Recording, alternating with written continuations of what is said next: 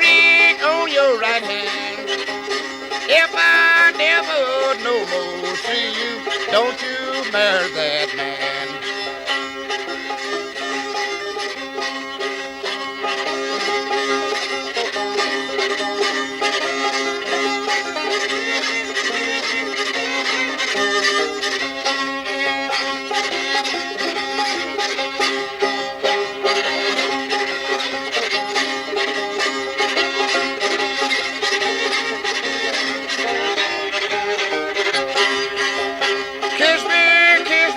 Baby, kiss me, my dear. Kiss me, honey, forever, Lordy, Lord, for you go somewhere.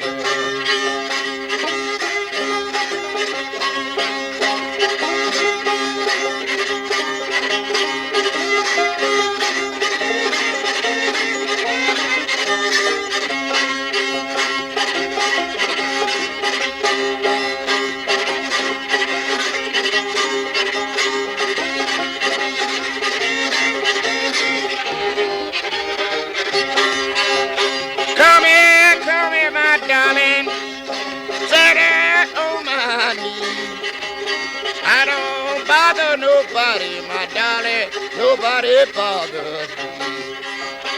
Don't bother in the morning, don't you bother for a day. Don't you never, baby, go away.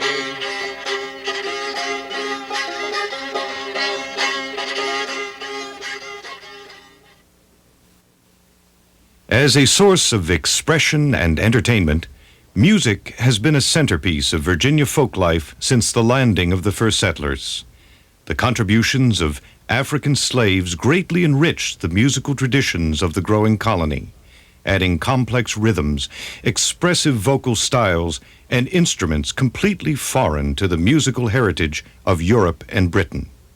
Slaves, in turn, were faced with music new to their own native culture, and white owners attempted, with limited success, to force blacks to abandon many of their African traditions.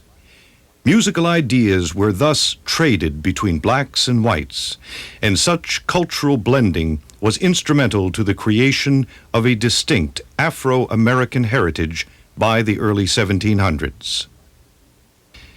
Until well into this century, black Virginians, like their white neighbors, looked almost exclusively to themselves for musical entertainment. The live performance has been the key to the Commonwealth's musical traditions. Historically, black musicians found audiences not only at home, but also at dances, markets, and on street corners. They performed in minstrel shows and traveling medicine shows. And by watching, listening, and imitating, musicians adapted the songs and instrumental styles of other performers within their own local communities. In this ongoing process, older traditions were passed down through generations, and the music of black tradition bearers today rests upon a foundation of 2.5 centuries of Afro-American culture in the Commonwealth. Railroad Bill said that he will shot up to Kansas, shot him to kill, let him ride to Railroad Bill.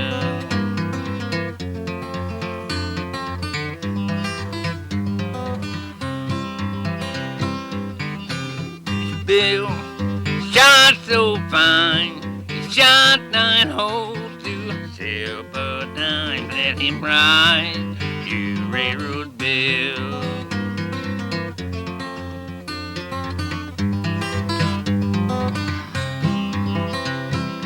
Cemetery burger, a cemetery hack, gonna take old Kelly to the graveyard, they gonna bring him back to let him ride to Railroad Bill.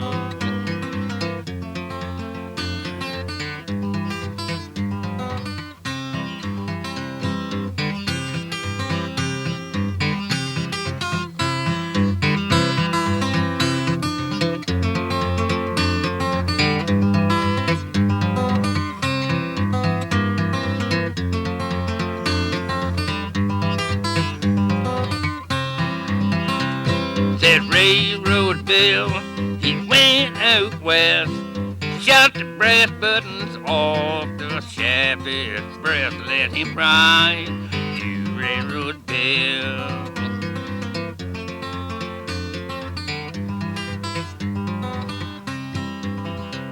Say some give a nickel and some give a dime. I wouldn't give $5 for that gal of mine. Let her ride, you railroad bell.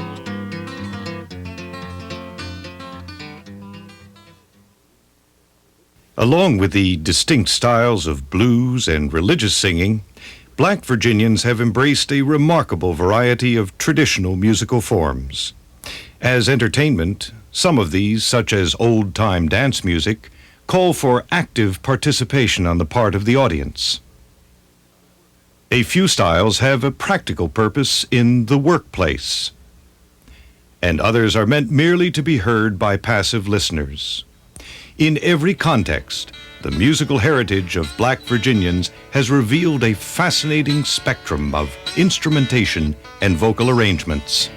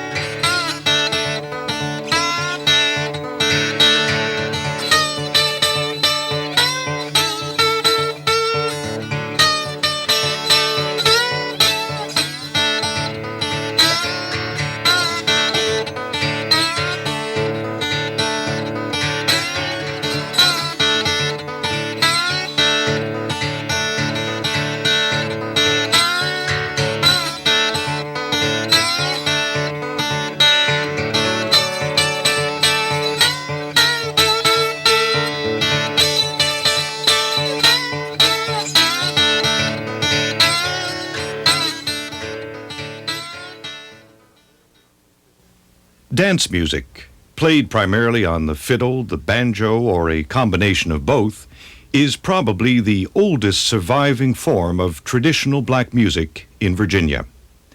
The fiddle was brought to this country from Europe, and black musicians picked it up along with fiddle tunes from the Anglo-American tradition. The banjo, however, has African roots. Once in America, slaves made instruments similar to those that they had played in their native land, and banjo artists applied their skills to both new and old tunes. The national popularity of the banjo rose through the 1800s, in large part due to traveling minstrel shows.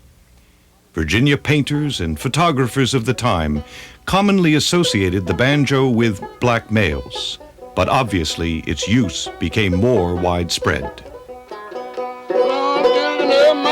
I'm gonna make some salt and bread. And all she gonna do, she gonna make some coffee too.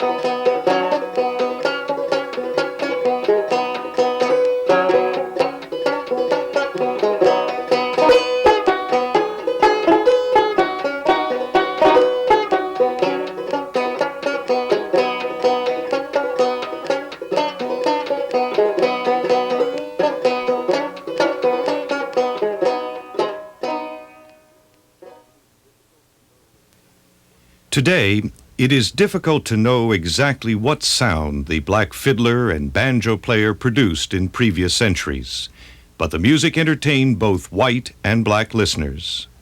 Though segregated on most other levels, Afro-American string bands occasionally provided music for white dances as well as for gatherings in the black community. No doubt music opened doors for the Afro-American performer, which were closed to his non-musical relatives. Dances accompanied by string bands often followed group work activities. Neighbors worked together shucking corn or gathering wood, and once the job was complete, the floor was cleared for spirited dancing.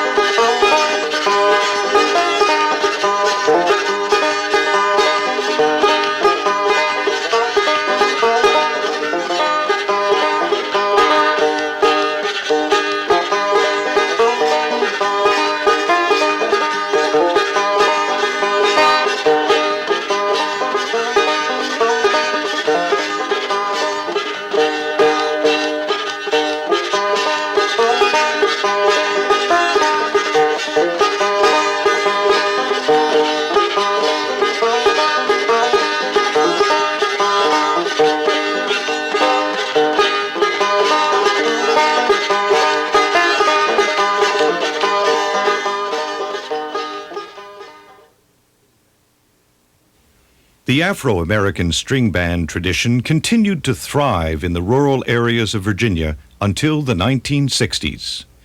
By that time, the generation of blacks who identified with the older dance tunes was declining, and younger blacks were following the trends of popular music. The guitar and piano had long replaced the fiddle and banjo as preferred instruments among Afro-American musicians. Of course, black Virginians used instruments other than the fiddle and banjo for singing and dancing. The mouth bow, for instance, was a simple, homemade instrument played by both blacks and whites. As the single string was plucked, the performer changed the shape of his mouth to alter pitch. The mouth bow was still played in rural areas of Virginia early in the century, but it is a rarity now.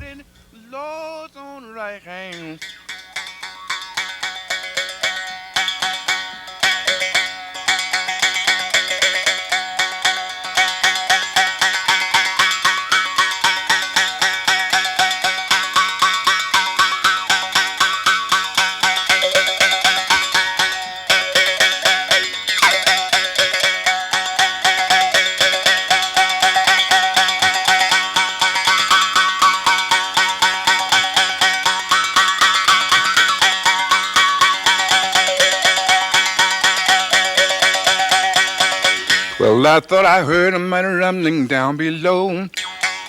Well, I thought I heard a mighty rumbling down below. The saints all to get ready when the train making its last station blow.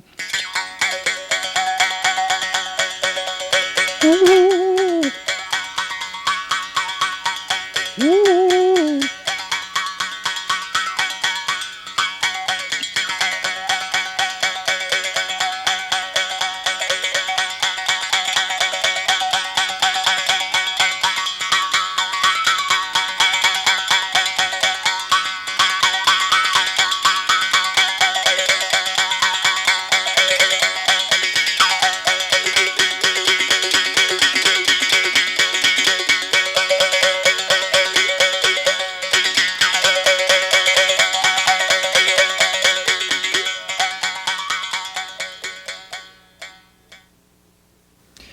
Another unusual musical tradition in the Afro-American culture of Virginia is accordion playing. Unlike many fiddles and banjos, accordions were not homemade instruments. But along with other musical products, from mandolins to pianos, they were readily available through mail-order catalogs over a century ago. Photographs show the accordion in use among Virginia blacks in the late 1800s. It was played instrumentally as well as to accompany singers, and until recently, the instrument was still heard in both dance and religious settings. Only a handful of traditional black accordion players remain active in the Commonwealth today.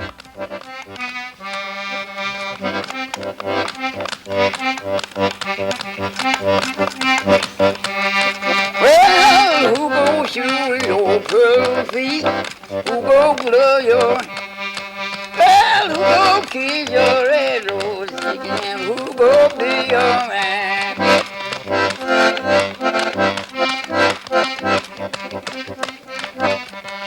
Oh, she both sitting in the track and jack all water climb. In your pad that had back and kept that pad down high.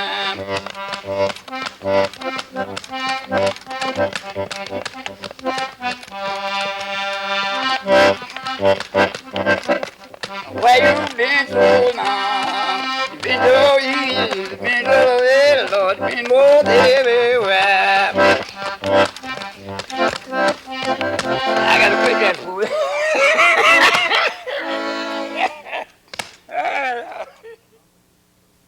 Along with dance, the combination of music and movement was an ingredient in a number of other recreational activities.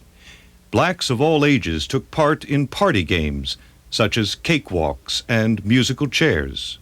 Marching, too, was accompanied by music.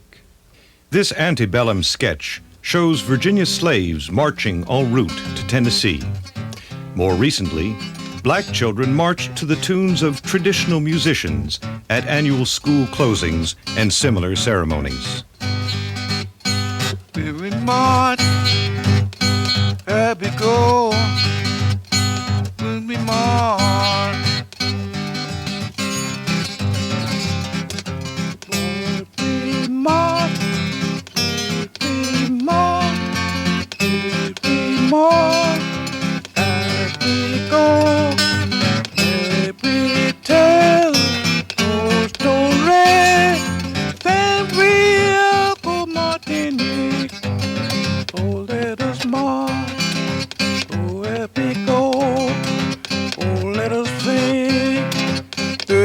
Song, I don't know just what to do. There we march, well, there we go. The traditional music of Africa continues to include complex rhythms, and historically, Virginia blacks maintained this attention to rhythm with various percussive instruments. Small musical groups included simple instruments, such as sticks or bones, which were sometimes played with dance music. Yet even solo musicians, using nothing more than their hands, played with rhythms in a form of music originally called patting juba, now referred to as the ham bone.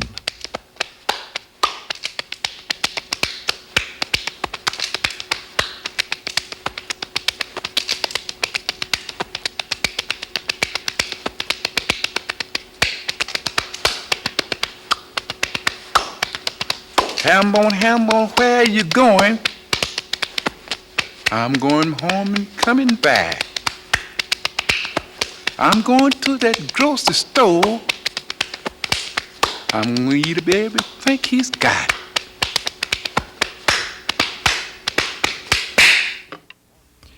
Singing has been the key to the remarkable range of Afro-American folk music in the Commonwealth. Like the musicians playing instruments, traditional black singers have repeatedly drawn upon a large stock of songs and melodies passed from one singer to another. Both group and solo pieces have developed. Not all black singing has been done with instrumental accompaniment. A cappella traditions, such as quartet singing, have highlighted intricate arrangements and harmonies. Black quartets from Tidewater, Virginia, were a major force in the national rise of four-part singing in the late 1800s, and unaccompanied quartets still sing across the state. Most of these have focused upon religious music, but the black quartet singing style itself has had a significant influence upon popular music from 1900 to the present. Hello everybody, how do you do? Hello everybody, how do you do? We are so glad, so very glad to see you. Lordy, how do you do? Hello everybody, how do you do? Hello everybody, how do you do? We are so glad, so very glad to see you. Lordy, how do you do? Ballads, the songs that tell stories, have also played a role in the black musical traditions of Virginia. But the Afro-American ballad style differs somewhat from that found in white tradition. Typically, black ballads have a more fragmented storyline, and the listener must fill in the details behind the plot to follow the singer's story. Of course, in well-known ballads such as John Henry, the story of the black railroad worker, this presents less of a problem. When John Henry was just a little bitty boy, he sat on his mama's knee with a hammer and just a little piece of steel. Say the hammer gonna be the death of me, Lord, Lord. Say the hammer gonna be the death of me. John Henry hammered in the mine till the hammer caught on fire. The last thing I heard John Henry say was cool water before I die, Lord, Lord. Cool water before I die.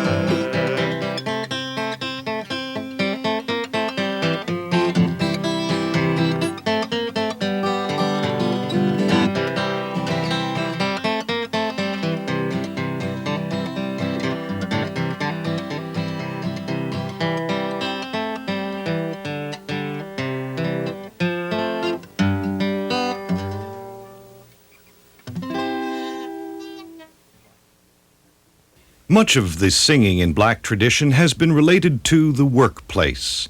Street and market vendors, for instance, once chanted or sang to attract customers to their products. In other settings, singing was the perfect diversion from tedious physical labor, such as stemming tobacco or shucking oysters. Whether alone or in groups, in the field or in the factory, black Virginians often sang to pass the time at work. And in such instances, nearly any song was suitable. Both men and women used work songs in this manner.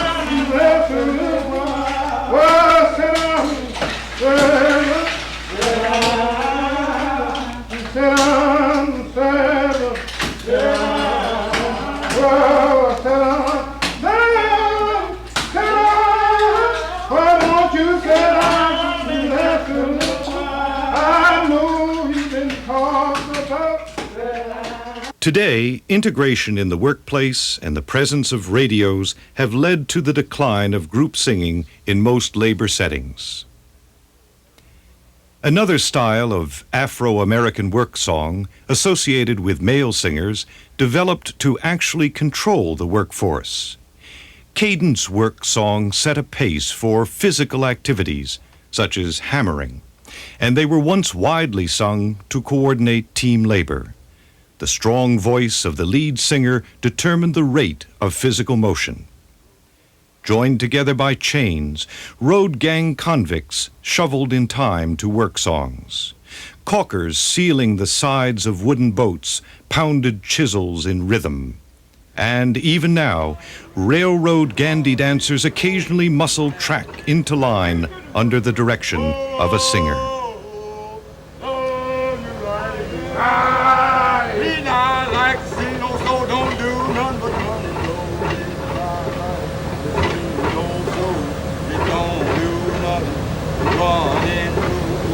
Whoa, I know you're right. Ain't gonna work with you. But don't you know I ain't gonna work for you. The broad array of black folk music, outside of the well-known blues and religious singing, reflects the richness of all areas of Afro-American folk culture in Virginia. Traditional Afro-American music has played an important and often overlooked role in the home and the workplace. And while being a source of cultural identity for blacks, it has greatly affected the folk and popular music of whites as well. As it has for centuries, the Afro-American folk music of Virginia will continue to change, providing a continuous link between the past and the present.